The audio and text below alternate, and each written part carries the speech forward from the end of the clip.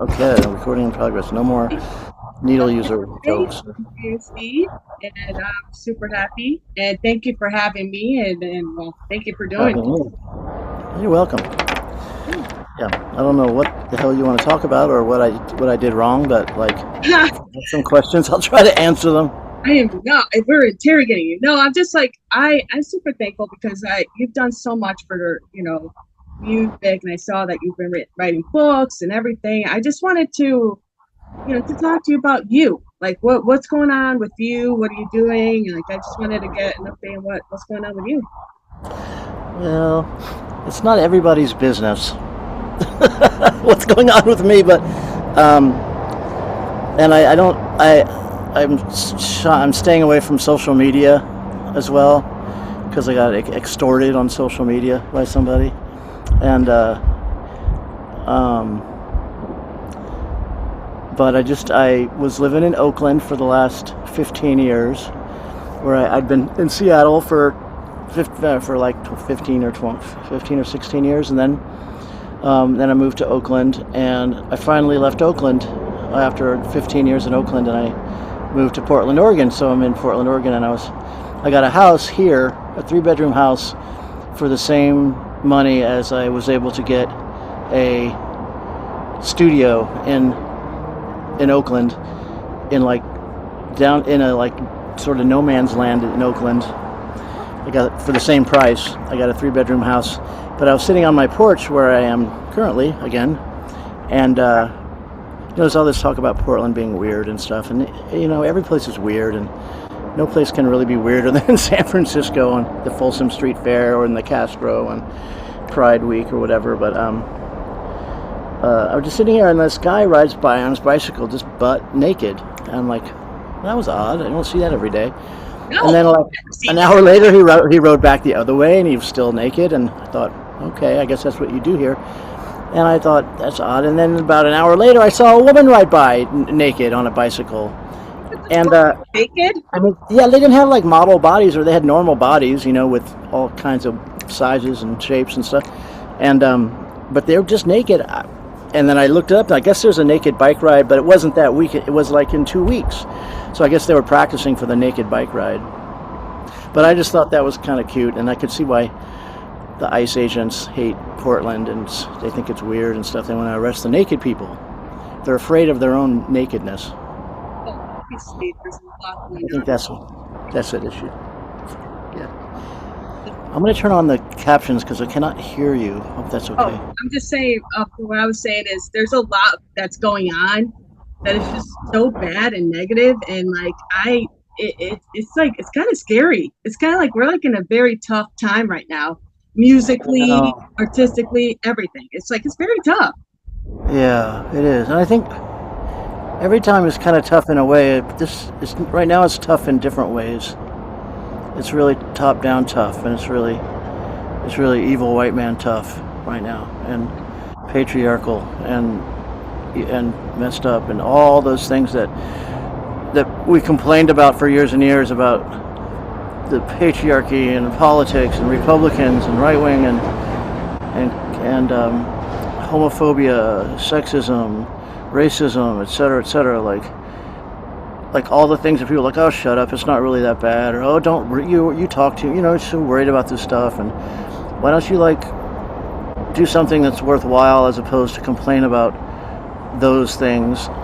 I mean, all the reasons that we're complaining have come true, like by 1,000 degrees, and it is scary. It is scary. I would hate to be like graduating high school right now, or college even, or just sort of like 18, 24, or going into the world and just having this to contend with. It would suck, because it'd be hard to have perspective on things. Hey, I definitely agree because when I graduated back in the day, I remember having so much hope and so much like I was so like let's do this, and now I'm just like scared for the kids that are going out and experiencing this type of world now. It's like so different because back then we were a little bit more free, like there was more things that we could have done. Yeah, I mean, it was messed up. There were a lot of things wrong with it, but they weren't as institutionally entrenched as they are now, and it's frightening, it really is. But with every, I always tell myself, like, for every swing in one direction, like, the pendulum has to go the other way. So where there's an action, there's a reaction. So if this is happening over here, then there's going to be that much more of a reaction on the other side, the other side of the issue, or we're hoping. There has to be. It's like, it's physics, it's like one thing weights, it's got to weight down the other end, and then it's got to balance somehow, and eventually but hopefully the balance doesn't have to be so extreme that things get messed up, that there isn't violence or some kind of civil discord. And I spent my life people telling me that I'm overreacting to things, or that I'm over concerned about things, and absolutely not. I never have been. And now my stance on most issues of social justice and politics are probably more extreme than they were when I was 18. So it's not a level of maturity and learning stuff. It's a matter of I have expectations after how many years, like, of thinking about this stuff. I mean, like, hatred and physical and political oppression, and it's maddening to have felt like you were trying to push things in one direction, or lean on something to be a certain way, or influence the world to be a better place, and you work so hard at it for so long, and then have this come and slap you in the face. It's like, God, what is it all for? What was it all for? So anyway, wouldn't want to be 18. Yeah, it feels hopeless, but I feel like I've been, for musicians, because you're still playing, does it give you, like, do you feel like there's a difference playing now than back then? No, actually, it's almost exactly the same. It pays exactly the same. Really? $50, whatever. The clubs, the sound is a little bit better, but no. Every city is different. Every town is different. Every scene is different, and every music style is a little different. So, but overall, the clubs and the punk rock rooms and the small theaters and things like that, it really doesn't seem that different. The difference is in Europe and other countries where they treat touring musicians and bands better, and they kind of realize that musicians are artists, and they refer to them as such, and they treat them more like that. So it's different. It's different. Shows are different there, but here they're pretty much the same as they've always been. What do you think? Well, I've never played Europe. I've always wanted to, but from America, from playing America and like most of the states here, I do feel like from what I've heard about Europe is that there's a lot more respect for musicians and for their art, and for people who create, from what I gather from people. And in here, it just feels like, oh, you're just another dime a dozen. Here you go. Like, right. Yeah. Get off the stage. Hurry up. We got a DJ coming. Oh, right. God. Don't even get me started on that. I know. Like, I guess DJs are cheaper. They don't drink as much, and they take it's easier for them to load in and out, and people like them just the same. But no, it's different in the Northwest and stuff. I think it is kind of unique and I have played in every other state, but in the Northwest there is since the 90s there's been a level of respect, or a level of credence for rock bands, for rock musicians and live musicians in general. They generally try to pay you at the clubs. They try to treat you with some modicum of respect. They'll give you sodas and and allow you to load in a different door, and some of those things that used to be unheard of. But in the Northwest, often there's a dressing room usually in places out here, right? And it's more friendly, and they're independent booking agents, and a lot of clubs and bars that have live music and an all ages scene. And then there's the rock and roll schools, right? Now there's in Seattle, there's an entire high school that's like the rock and roll high school. Like it's rock and roll high school. You can go there and like you take English and math and all that stuff, but you have music through 4 years. It's like focused on rock music. I just think it's insane. Oh, Like it's crazy. It's not just like an after school program. It's like the whole school part of for the the class. the whole year, all of them. Yeah. No, not even a class like a subclass or a charter school. Like the entire school.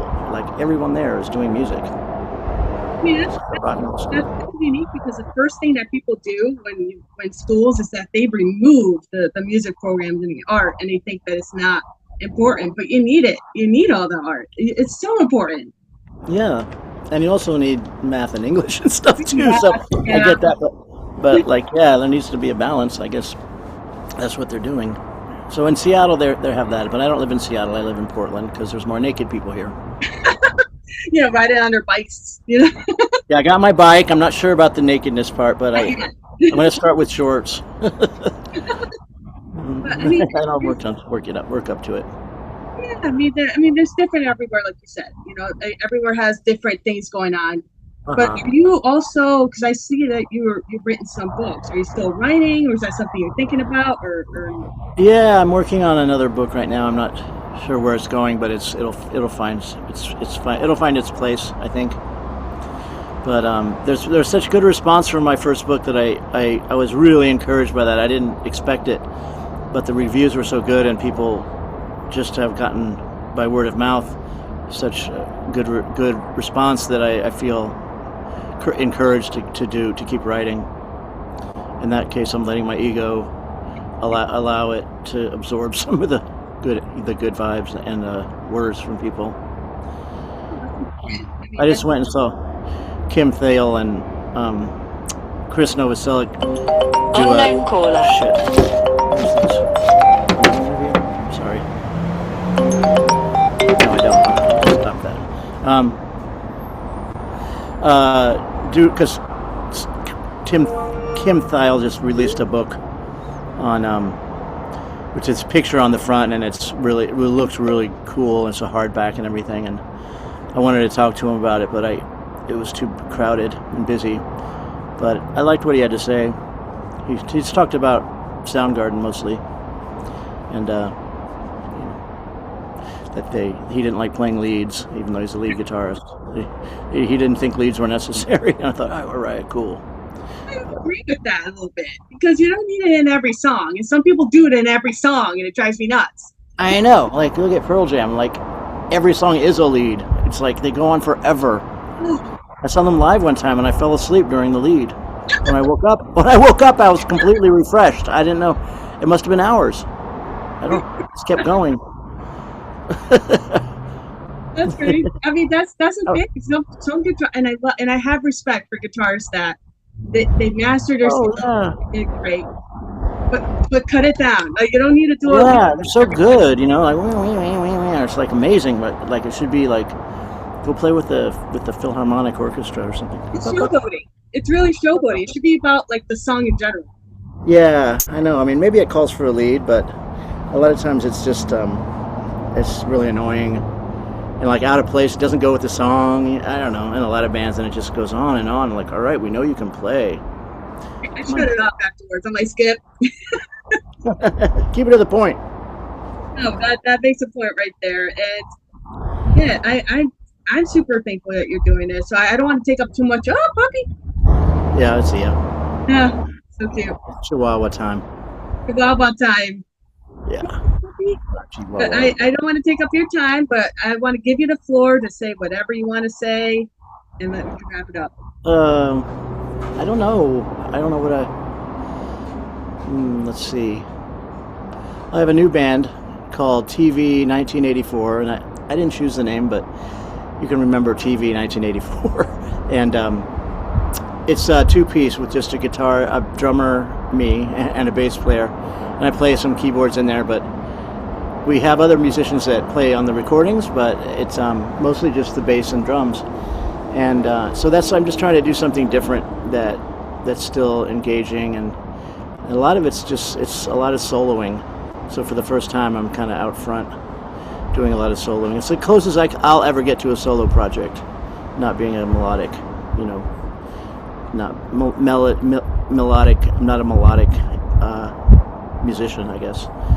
With the drums, I try to play them like a melodic instrument, but I can't play a traditional melodic instrument very well. Well, it takes talent to even play a drum. A lot of people can't even. I can't play a drum. Sure you can. I could show you how. I'm gonna have In to one fly lesson, I could have you playing. okay? Well, if I fly over there, I'm not gonna be naked on a bike, but I'll definitely play drums. Okay, yeah. Come on over anytime. Give me a call. I have the drum set up in the house. Um, yeah, it'll be fun. I What would like else? to. What do you do for? Oh, you told me what you do for a living. But are you playing in a band now? I'm doing my own solo thing right now. I did have a band, but now I'm kind of like enjoying kind of writing on my own and having more control over that a little bit. Oh, cool. So you're mostly writing at home and stuff. I'm just writing and just releasing as I go by, but I'm not like before, like trying to really, really go into it. I just want to like have freedom and do it on my own. Uh huh. And work on that. Um, send me something that you're doing if you want to. We can check out a song or something. Send me your music. I'll play it on the show if you want. Okay. How do I do Yeah. that? I'll have to send it to your email probably. I can't add it here. Yeah. So yeah, and then we're touring the Northwest and stuff in October. We're playing. I'm doing this X show in Portland on October 24th, and that's it's called like if you bring your ex, you get in for free. So it's about togetherness and bringing people together again. But it's also like X bands that were all X something else. So like Steve X Gits, my friend who's in a band called Coffin Break, like his new band, and his band Cracker Bash, which was a band in Portland that were popular in the '90s, and my friend Sean played with Elliott Smith and his roommate and stuff. He has a new band called the Mistin, so it's X Cracker Bash, X Gits, X Coffin Break, X Mudhoney. So it'll be all the X bands, and then X's get in for free, and so that's the theme of it. So it's kind of like the musicians from the '90s that are still playing, like they were good. They were all good back then, but they were all in their early 20s and stuff, or late teens, and the people that have continued on and it's really interesting because they've become really good musicians, like really excellent. They've been doing it for 30 years now, and but still have the same energy as they did then. That's the kind of bands that I enjoy seeing, like more mature sort of rockers that still have the same energy but have brought more to the table than they did. Because how could you play the same thing over and over again for 30 years? No. People do, and they just regurgitate the same songs over and over, and fine, whatever, you got a job, you're making money, but really I wish people would come up with new stuff and put the X's to rest and just do something new. I definitely agree with you on that because I like the when the musicians just keep going but play something different and do something different. That's what I respect, and then they get better with that at what they're doing instead of just playing the old hits that everybody knows and loves. But doing your stuff, I think everybody just changes and grows and evolves as a musician after a certain point of time. At least I would hope you do. Yeah. If you don't, then really, do you really want to hear it? I mean, if you don't change at all in 30 years, kind of it's like my parents. Yeah, Most people where I grew up, like in Indiana where I grew up, it's kind of a lot of times the way people seem to be to me. They seem to really reject change. I want to put the clock back 50 years. I kind of agree with you there. Yeah, it makes me uncomfortable, like naked people on bicycles. But yeah, I know you have to get back to work, but thanks for having me. I don't know what to say, except I have a book about the Gits, and my friend Mia Zapata, who is the singer in the Gits, it's about her and our friendship. And you can find it at best places to order it from an independent bookstore where you live. Just way better than buying stuff on Amazon, because a truck driving all the way to your house to deliver a roll of toilet paper is not really a good use of time and energy and resources, you know. I mean, it gives a guy a job, I guess, but Thanks again, and I appreciate it. So send me your music, okay? yeah, I will. Likewise. Okay. It's Chihuahua Dance Party. All right. Nice to meet you.